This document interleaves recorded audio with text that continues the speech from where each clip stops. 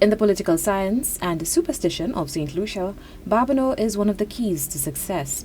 Since 1982, the people of Babonneau have never once voted in a representative who sat in opposition. Babonneau votes for governments, but Leo Clarke, General Secretary of the ruling St. Lucia Labour Party, cannot afford the luxury of political superstition. He thinks it is deeper than that, and that is why Labour changed their candidate before Babonneau people changed the candidate for them. I think it has to be that people become dissatisfied with representation and they make the change, and we have to respect that. Both parties would love to change the current status and bring Babonneau into their fold as a loyal stronghold, especially since Babonneau never sits in opposition. Clarke's understanding of the political history of the seat leads him to the one candidate for whom Babonneau was a very safe seat, a man who endeared himself to the people in a way that no other candidate has since then. Every candidate, every representative should take a cue from the approach to representation that was applied to Babonneau by Alan Bousquet. This is the secret, in my view. Endear yourself to the people. Stay close to them. Listen to what they have to say to you. Do not seem to be overly arrogant, overly. Don't get too ahead of them. Work with them. It is not often that a high-ranking member of the Labour Party takes the time to praise a United Workers' Party minister, even one from the distant past. But in 2025, the United Workers' Party is becoming increasingly divorced from its history and legacy.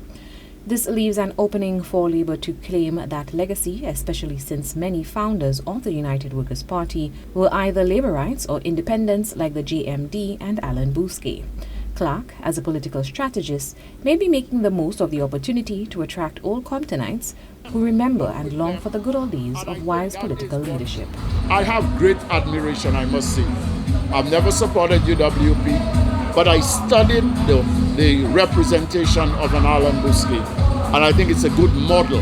It's a good model for representing a constituency. Labour's new candidate, John Paul Estefan, has been accused of offering himself as a candidate to the United Workers' Party.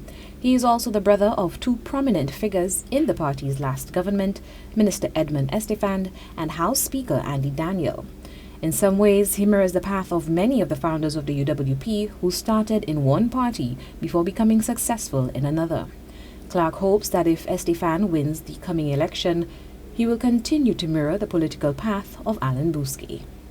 If John, who is now John Estefan, who is our candidate, after he wins the seat, because I'm very confident he will, after he wins the seat, what he has to do is to adopt that model. The model is endear yourself, stay close, embrace the people, listen to them, give them hope.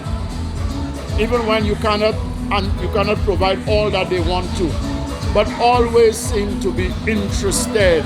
If a candidate does that in Babonneau, I think that candidate will be re-elected. For Choice News Now, I am Chelsea Austin.